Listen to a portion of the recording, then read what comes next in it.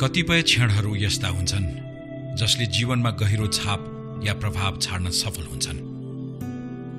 मानवता र विश्व शान्तिका अभियन्ता प्रेम रावतसँगको भेटघाट र कुराकानी पनि त्यस्तै एउटा अविस्मरणीय क्षण रह्यो हाम्रा लागि। विश्व अशान्त छ। विश्वभरका मानिसलाई शान्ति चाहिएको छ। जुन शान्ति हामीले खोजिरहेका छौं त्यो बाहिर कहीँ नभएर हामी भित्रै छ। यो हाम्रो हृदयभित्र कतै छ। यसको अनुभव गर्न भने जरुरी छ। यही मूल मन्त्र लिएर 4 दशकदेखि निरन्तर शान्ति प्रवर्धनमा लागिरहनु भएको छ प्रेम Rawat.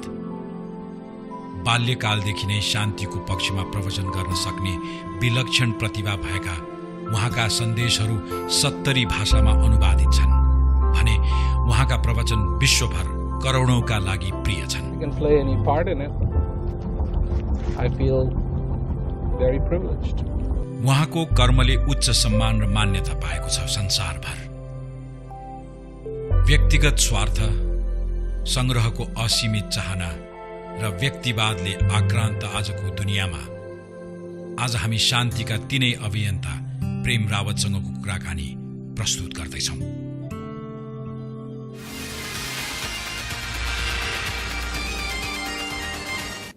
Mr. Prem Rawat, welcome to Fireside. Thank you for having me. It's a pleasure. While I was preparing to record this chat with you, I happened to go through several of your discourses that are on YouTube, especially. Mm-hmm. And amazingly, when I finally met you today, I already feel that I know you for a long, long time. But if I may, when I was in school back in the 70s, I remember flipping through one of the vernaculars that came out during those times. I think it's already scrapped, the Illustrated Weekly of India. Mm. And I remember reading about you all of a sudden after 40 years, that you were quite a phenomenon already at the age of 13. Yes. You used to talk to people, you used to have these discourses rolling ever since. How did it all happen? Well, actually, I started my first speech that I gave was when I was 4. And then at the age of 8, my father passed away and I took on this responsibility. At age of 13 is when I left India, and there was requests that had come from England, particularly England and America, to come and visit. And so it was during my summer vacation. Mm-hmm. I ended up in England and ended up in America, talking to people about peace, about the possibility of peace in their life as a reality, not as an abstract concept. Because you hear about peace many, many ways, many times, different people trying to define it. But so much of it comes out as an abstract concept rather than a reality. And for me, unless peace is a reality for you in your life, in one's life, the abstract concepts are just teasers. Mm-hmm. They don't particularly mean anything, except they're nice to listen to. And for me, this is what was important, that peace is possible in this day and age. And of course, now here we are in 2014. We're talking about the 70s. Mm-hmm. And when I went to the West, there was this huge response because I was called, quote unquote, the boy guru. I was still a boy. I was first year of teenager. And it was like, okay, let's go listen to him, see what he has to say. And you know, the tricky thing is this. When I started speaking when I was 4, people said, this cannot be. He's not speaking. This is a tape recorder. And he's just lip syncing. So all my life, there has been this disbelief. Oh, it's not him. He doesn't mean that. He's not this. He's not that. People used to say, this isn't going to last very long. And here I have been speaking about peace for 52 years. As you earlier said that after your father passed away, you took up. Yes. Was it in the family tradition to speak in public, or? No, it wasn't. My father was talking about peace before me. Mm-hmm. I really think it's not something, a family tradition or something that is passed on or whatever. I think it really boils down to the 3 C's. And the 3 C's are courage, conviction, and clarity. And if you have the 3 C's, then you will go forward. But a boy of age 4, where does the 3rd C, clarity, come from? The clarity comes from being able to understand that the need of the people outside who I'm talking to they have the same need that I have. You realize that at age 4? I have a grandson who just turned 4. And I think he understands that too.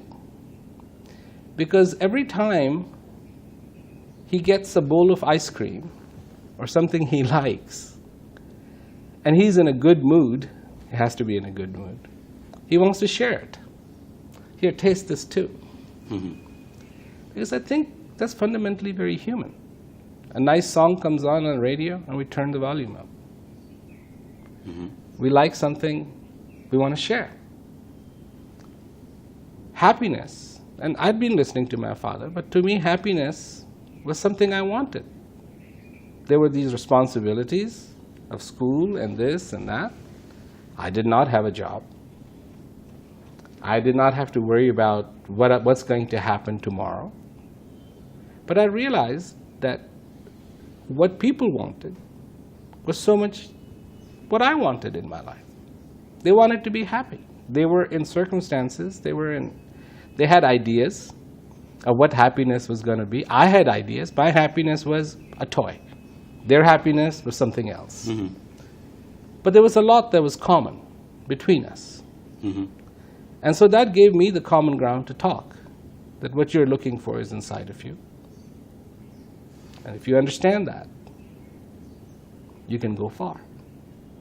What age group were your audiences then? Oh, they were much, much older than me. I mean, not too long ago. Actually, this is a very funny story. I came to Nepal, and somebody said to me, the president of the Vedanta Society wants to talk to you. And I said to myself, oh my God, here's this guy. He knows all the Vedas, he knows I don't know any of that stuff. What am I going to say to him? And finally I said, okay, I'll talk to him. So he came. And it was a very beautiful conversation, because really what he wanted to say to me was thank you. Thank you for what I had shown him, what I had talked about, that it really helped him. That he was searching for something, and that he found it. So to me, it's one of those things that, yes, we can get into it and say, well, no, those people think differently. They do. But there's a fundamental twang that we have. When you are thirsty, now, you've been around in this world for a while. Mm-hmm. I've been around in this world for a while. And there may be a 2-year-old sitting here. But if he gets thirsty, you want water, he wants water, I want water. It's the thirst, it's the fundamentals, because we are human beings. Mm-hmm. just because we think differently, we think we're different because we think differently. But we're not. You're 70% water, I'm 70% water. And it comes down to the fundamentals. Peace and the arena of peace is based on fundamentals, not thought, not ideas. It is not something that the society can mold and fold, but it is in the very fundamentals of just being a human being, the basic desire to be content, the basic desire to be happy, the basic desire to be in peace. It is common to every single human being on the face of this earth, whether they're in prison, or they're in a palace, or they are homeless, lying on street side. We start to think in terms of our divisions, our differences. This is what we're taught. You're different, you're different, you're different. Look, you see the map and it's like, you see this line on this map? Well, all the people over here, they're Nepalese. And all the people over here, they're Indians. And then when you fly and you look down, there's no line. You come and you land in Nepal and you see the warm hearts, the beautiful Nepalese smile, human beings, just wanting to be human beings. So, you board a flight from Delhi, you have to go through customs, you have to go through immigration, and it's like you have to prove this is you, you're leaving our country now, you're going to be going to another country, you're going this. But we have made the dividing lines. Our societies and groups So these of realities people, that you go through life, which is not seen from the air, do you find it annoying now? Because you don't believe in that? it's not. It would be annoying if I could do something about it. I know I can't do anything about it. It's not annoying. It is saddening, is the proper word. That so many differences have been brought and imposed upon us as human beings. This is a statistic from the Army Corps of Engineers. 50% of the food that is grown is wasted. 50%. And yet, there's people who go hungry.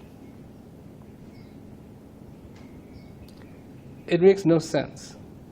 It makes absolutely no sense. No logical sense that if 50% of the food is just thrown away, is wasted, how come anybody on the face of this goes hungry? Why? Long time ago, and I'm referring something here to Tulsidas, how he defined Maya, this illusion.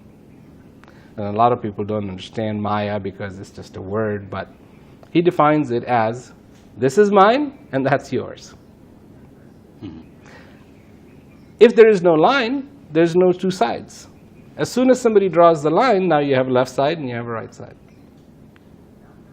And the divisions come. And who suffers from the divisions? Human beings suffer. Human beings suffer. They are the ones who are without water. Is there a shortage of water? No. Why is the clean water not getting to people? How in this day and age, in 2014, how is it possible that anybody goes thirsty? How is it possible that anybody goes hungry? We have left behind the human being, and we have created a pseudo-human being,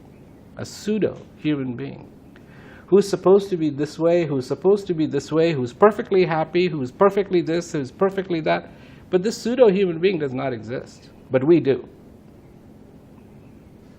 I mean, after all the changes that have been brought in the societies is to make a perfect society. Everybody yearns for a perfect society in which everybody is fed, everybody is happy, everything is taken care of. And so we've created a pseudo-human being who is part of this pseudo-society that is perfect, but it's not.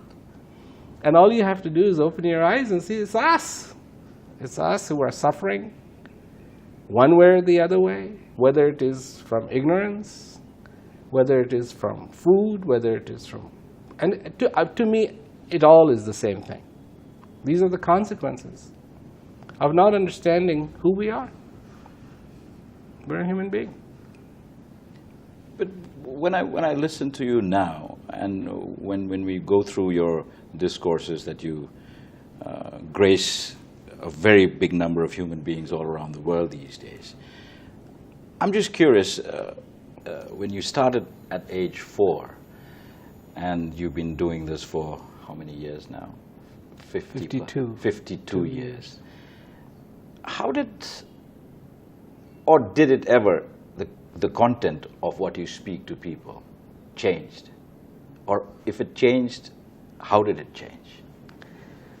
Well, I don't think the core content has changed. The core content is still the same. It's like when we were babies and we were hungry, we went wang. Then when we got a little bit bigger, we went food, food, food, food, food, food. And then when we were maybe 12 years old, I want some food. Now, we could articulate something a little better, but what you're saying is the same thing. So yes, as I have grown, as my experiences have grown, as I have traveled, as I have met fascinating people, my way of expressing the same message maybe has expanded, but it's expanding the palette. But what you're trying to paint is still the same thing. It's the same expression. But I remember my father telling me that if you are in the trade of talking to people, I mean, in a smaller way, I also talk to people in a different medium. And he said, you need to read. How much do you read? Oh, I read quite a bit, but sometimes what I read is aircraft manuals because, you know, I fly. And so, and just recently I was there at the school to learn to fly a new jet, and that was a lot of reading, and there was a lot of compact reading. Of course I read, and I read about other things, and I'm very interested in what they had to say. I mean, I'm very interested in what Kabir had to say. I'm very interested in what Rahim had to say. I'm very interested in what many of the wonderful people who have left behind the legacy of what they experienced, what they had to say. But at the core of it, what is being said is that what you're looking for is inside of you. Mm-hmm. And without that peace, everything is empty. Now, I can say that exactly how I said that right now, or I could embellish it for an hour. Mm-hmm. But at the end of it, I don't see myself as in the business of talking to people. What I see is I have a message.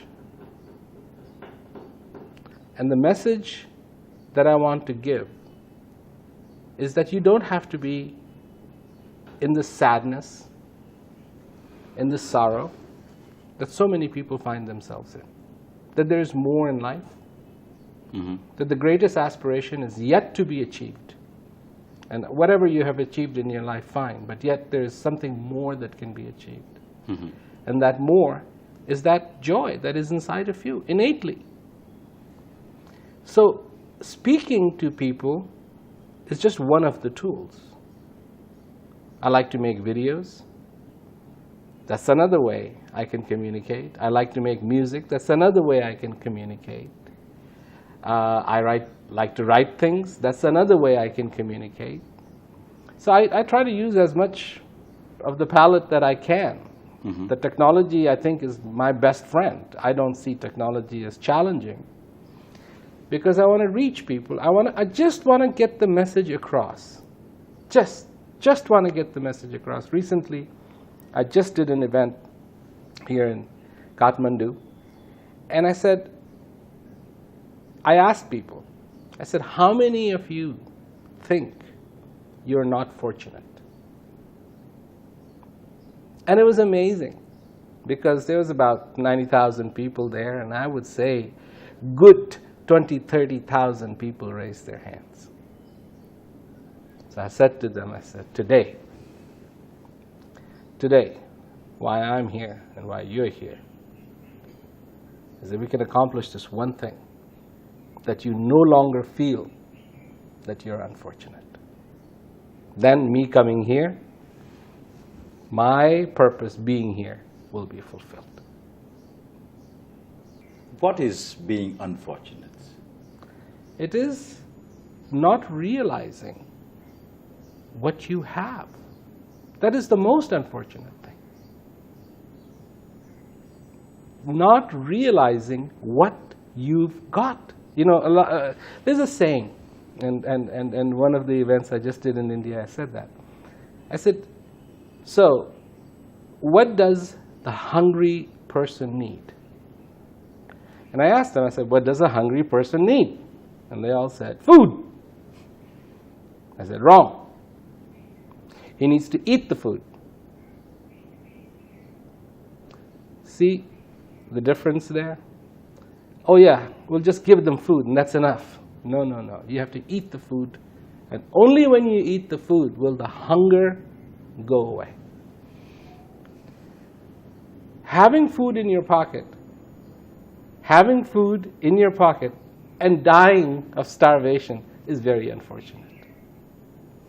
Having peace in you and searching for it everywhere else is very unfortunate. Not understanding the human potential is very unfortunate. Very unfortunate. But the growth in life, wanting to have more, is that not natural? What has that got to do with it? Growth in life means, say, for a typical person. And yesterday I was traveling through the valley and I saw some people had these little houses that had been put together with stone and mud and had the tin roofs with rocks on them so the tin roof wouldn't fly away. And then next to it you could see that somebody had built a much better house, had a much better roof on it. Had a better than, you know, just stones. It had proper bricks and proper windows and proper this and proper that. So somebody says, well, that's improvement in life. I agree. That's improvement in life. So you had to go buy the bricks. You had to go buy a time from an architect. You had to go buy the windows. You had to go buy the doors. You had to do this. You had to do that. But you had to get it. And maybe after you've built that house, what is getting better? Having a color television. But you have to go buy that color television, right? Mm-hmm. So to buy all these things, what do you need? You need money. So now, to get more money, you have to do something that will make you more money so that you can have the basic buying power so that you can have an improvement in life. Fine. What has that got to do with what you already have? You don't buy what you already have inside of you. You already have it. Mm-hmm. You don't have to change anything. Or you can change everything, and that still wouldn't make a difference. Has it made a difference in your life, a boy who was born in Haridwar in India? I certainly don't remember being born in Haridwar in India. This is complete hearsay. This is what my parents told me. I don't remember. Some corner of India, somewhere. Absolutely. Kanpal, one of the holiest cities. But now you talk about flying your own jets. You're talking about new jet plane manuals. Yeah. You've attained the material side of life too. Absolutely. And has it changed you? Yeah, it's changed me completely. I'm much busier than I would be otherwise. See, that's what I realized. Before I had a cell phone, it was easy. If I didn't want to make any phone calls or take any phone calls, all I had to do is move into the room where there was no phone. Well, once you get the cell phone, wherever you go, even the bathroom, somebody can get hold of you. I mean, you know, there used to be the concept of privacy. Well, on the outside, yes, there are challenges. But on the inside, it is always the same challenge, to maintain the clarity, to feel the peace, to have the understanding, to be in touch with your courage in this life, and keep the conviction road very, very clear, not let it get muddled up. This is the same, and it has to happen the same way for everybody else. I think ultimately people think, I remember when I first got my license, that was a huge accomplishment for me. And the reason why it was a huge accomplishment for me is as a little boy, I used to lie down on our front lawn and look up. And I would look at the clouds. And I wanted to be up there. I wanted to be around those clouds. And once in a while I would see an airplane go by and I was like, oh my God, I want to be in that airplane. And then I remember, still as a little boy, my father took us on a flight in a DC-3. And it was those old airplanes, they sat on their tail wheel. The Dakotas, it was. Yeah, the DC-3, Douglas 3s. And that scared me because, one, the plane would shake, when the engine started. And then when I had to use the bathroom and it was flying, I looked down and it didn't have a holding tank. You could see the ground. And they said, okay, sit on the toilet. And I said, no, I'll fall through. So, for me, I wanted to fly. I didn't know how. I didn't know how it was going to happen. There was no curriculum in the school to fly. And then I remember one day I was on a flight and it was a focal friendship. And in those days, the cockpit doors were open. Today it's a different world. Even if you try to make your way to the cockpit, they'll try to shoot you. But the cockpit door was open and I was just looking, and the captain looked back and he invited me to the cockpit. He knew who I was. So he invited me to the cockpit, and there I was, this little boy in this cockpit, and the switches were just overwhelming. And I remember he turned around to me and he said, with this big smile, do you want to fly? And I said, yes, I want to fly. How old were you then? Oh, I must have been about 10, 11 years old.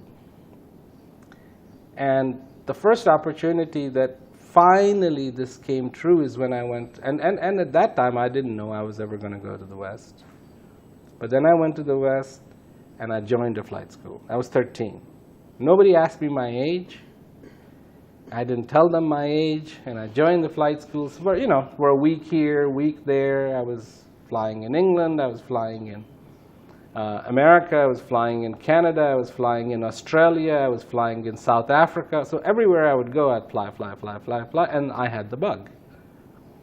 And then I got my license finally when I was 16, started flying, learned how to fly airplanes, learned how to fly helicopters, learned how to fly gliders, and I have quite a few type ratings, from Boeing 707 to Learjets to Falcons to Gulfstreams to Challengers to Hawker Siddeley. How many do you own? I don't own any of them. I own just a propeller airplane. It's a DA-42. That's what I own. I, in fact, bought that so that my kids could learn how to fly. And my daughter learned how to fly. My second daughter learned how to fly. My eldest son learned how to fly. My youngest son is a pilot. So now I've got 3+1 pilots in the family. How many hours have you flown so far? I have 14,000 hours of flying time. That in any standard is huge, isn't it? It's quite a bit. Going through your life, I even found out that you have other interests besides flying. You restore cars.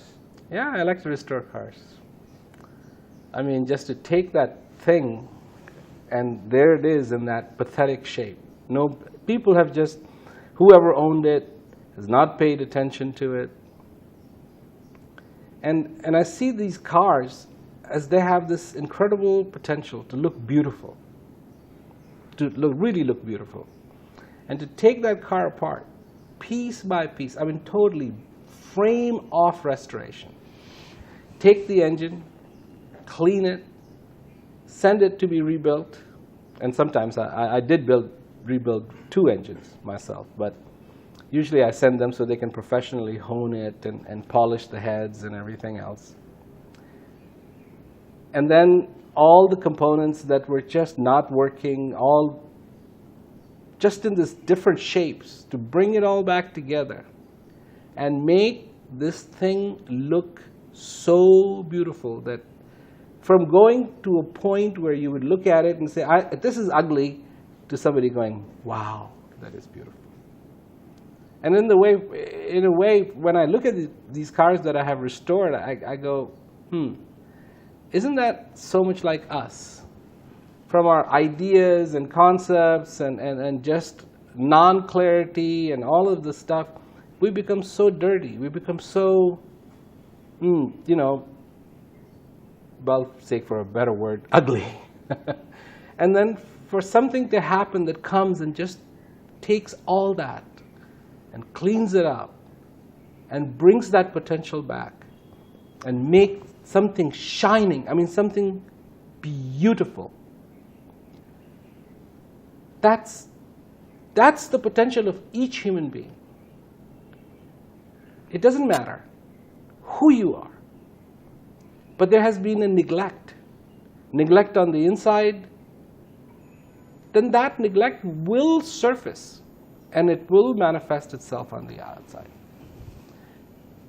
And when somebody can come along and help you and say, look, let me restore you. I mean, the word restore, not remanufacture, but restore you to the glory, restoration. And it takes time, and it gives me time to think as I'm working away on that engine, because nobody wants to disturb me. How long does it take to restore a car? It can take anywhere from 6 months, for me, to a year to 2 years. It So depends. you switch off mode A and get your hands on there, or Just it's a matter of if I've got 3 days here, I've got a week here. When I get back home, I'll work on them, and then I have to be on the tour. So it's just so this restoration of cars, was it instinctive, like your speeches, your thoughts, or did you learn it like you're flying? Well, actually, it all began as just a hobby. Let me try to see if I can fix this or I can fix that. And then I would work with mechanics, and I learned and I learned and I learned and I learned. I mean, I can't say I was born innately with the knowledge of how to, set a timing for an engine or this or that. So yes, I learned all that. But for me, it's just it's a good way to just switch off a bunch of different buttons and just concentrate a little while on something else, and just try to look. The most important thing to me is, and I know sometimes I'll go somewhere and I'll start working and I'll start doing something, and people are like, oh no, we'll do this for you. And I said, look, there's nothing wrong in working. There's nothing wrong in getting your hands dirty. There's nothing wrong. It doesn't take away your prestige. The only thing that takes away your prestige is your ideas. Oh yes, I can't touch this, or I can't touch that. If something needs their windshield cleaned, I'll be happy to clean it. If it's for safety reason, because I don't have a problem with working. I'm a human being. I can work. Why shouldn't I work? Doing physical work. Most people are not proud to be human. They're proud to be a Mr. So-and-so, but not human. That's not right.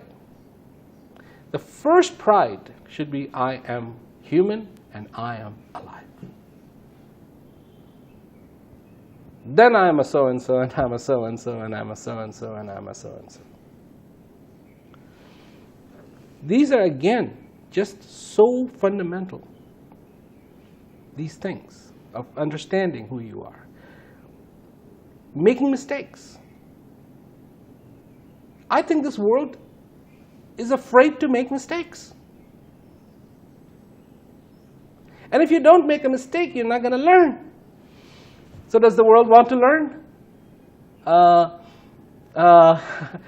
Well, you have to be willing. You have to be willing. Making a mistake is not bad. Just make sure it's not a horrible mistake. But you can make a mistake and learn. That's how a child learns. This is how we all learned how to walk. It wasn't like we waited and waited and waited till one day we could perfectly walk. No, we started walking, we fell, and we got up again, and we fell, and we got up again, and we fell. So did we give up? When I go and talk about peace, people say, "Oh, that peace is not possible." And I'm like, you have a horsepower here. This is your horsepower. Is that what you're using your horsepower for? To figure out peace is not possible? Don't you think you should be using this horsepower to figure out how it is possible? I mean, that's the survival situation. When you're in a survival situation, you have to think how you're going to live and get out of this situation. Not, oh, it's finished now, I'm dead, I can't do anything about it. As soon as you take on that attitude, you will die. But when you're in a survival situation, you have to have a positive thrust forward, that I will get out of it. Mm-hmm. When it comes to peace, why aren't people doing that? There are so many people in this world, when it comes to peace, they've already accepted the fact that, oh no, it's not possible. Excuse me? Of course it is possible. The human power goes beyond what people think it is worth. If we really want to, us as human beings on the face of this earth, I'm not talking about societies, nations, this and that, as human beings, we can make all the difference. The problem today is, there's a group of people walking on the street. And somebody went to the back of the group and said, "Where are you guys going?" I said, "Well, no, we're just the followers. The leaders are in the front. We're just following them." So then somebody went to the front, said, "You're the leaders. Where are you going?" And they said, "Well, we don't know. These people in the back are pushing us." So people in the front don't know. People in the back don't know. We try to say, oh, the government will fix the problems. All right, excuse me. Let's take a report card on that. Government fixing problems. It hasn't happened yet. It hasn't happened yet. There have been terrible calamities since we figured out how to irrigate and farm. What we see today is all because of farming. The kings, to protect the crops, the transportation, the roads, the money, all because when we started to farm, all this came into play. Today, if we want the changes, those changes are going to happen because the human beings on the face of this earth have decided that it is not acceptable that our brothers and sisters go hungry. Mm-hmm.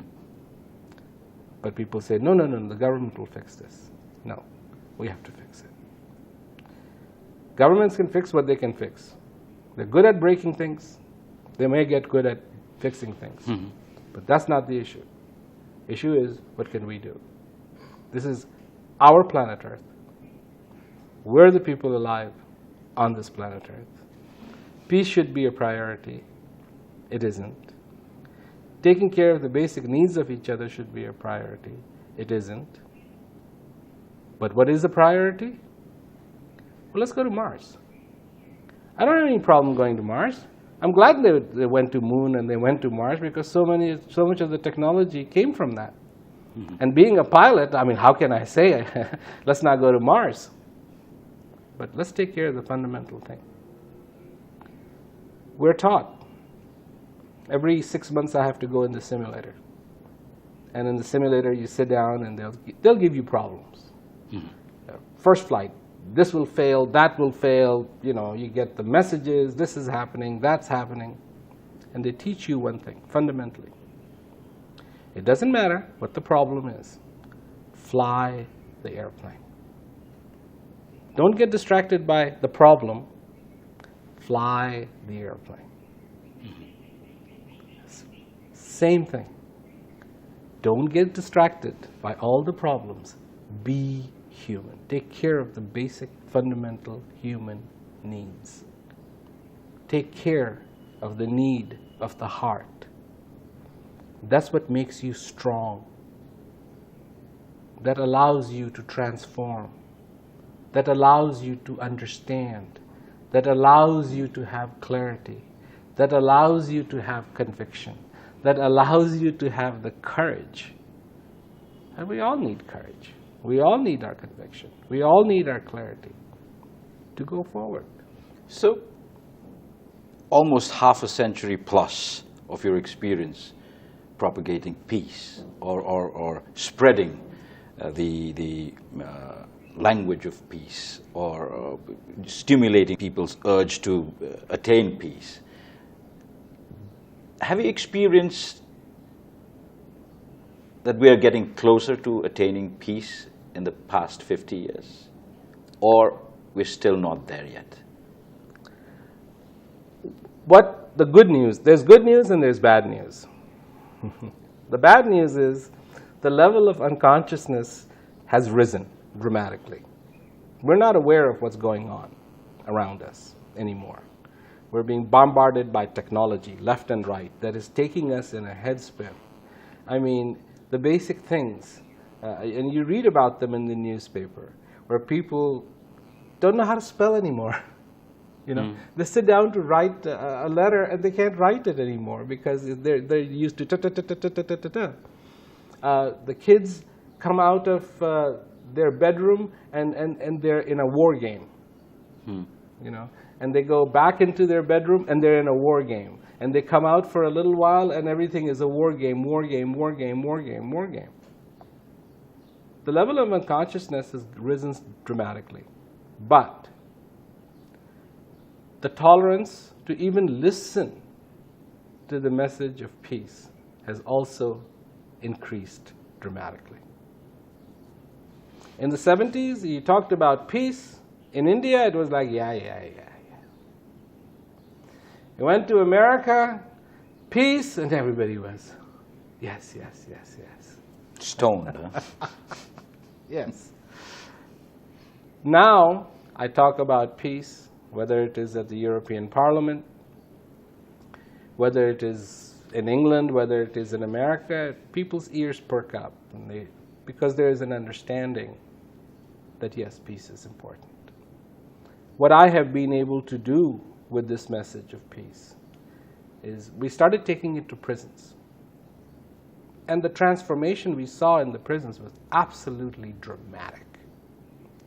One of the scales that they look at, because there's different programs in prisons, and there have been different programs since many, many years, but they look at which program are the inmates attending that is allowing them to stay out of prison, meaning not returning back to prison. And when we started doing the peace education program, that's the program that I have put together in prisons, the rate dramatically dropped. I mean, these are prisoners. Have you tried this in this part of the world too? We're trying to bring that peace education program all over. We're trying to take it to India. You know, at first there was like, well, what is this? I don't know, we don't know, this isn't right, that isn't right. But then since the officials have seen the change in the inmates, generally they're lighter, they're happier, peace is important to them, they don't get into trouble as much. They've seen a dramatic difference, and now the requests are actually coming from the prison officials to please extend it to this prison and extend it to this prison.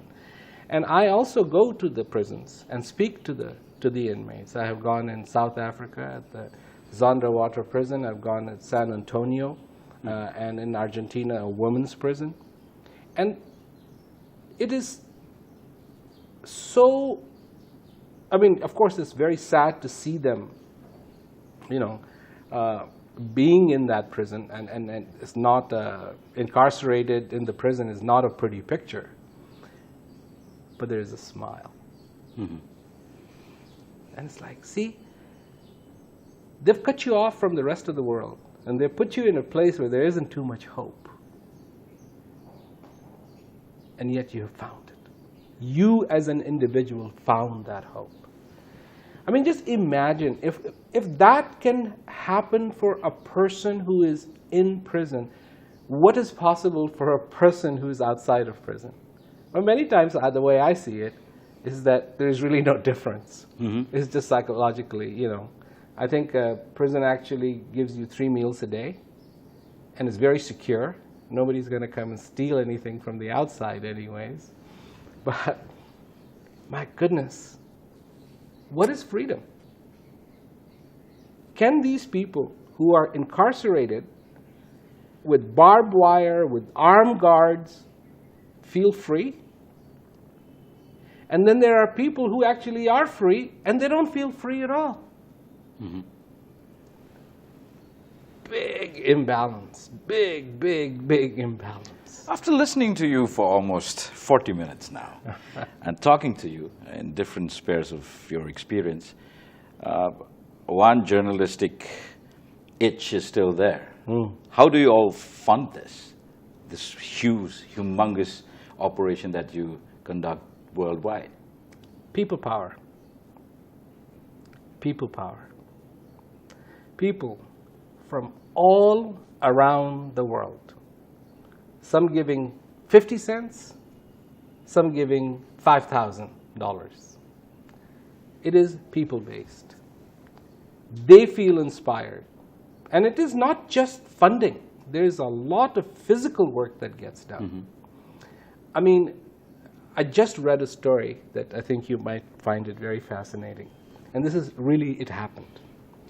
There was a person in Colombia, and he's a salesperson, so he goes door to door, but he really likes my message. So he carries a whole bunch of my pamphlets and leaflets and little books in his backpack. And one day he went to an area that was quite depressed, and I guess he put his backpack down and it got stolen. So now he was like, you know, a little bit distraught. So he started looking. And he went around the corner and he saw a guy sitting on the street side reading these pamphlets with his backpack. So he went up to him and he said, you know, you stole my bag.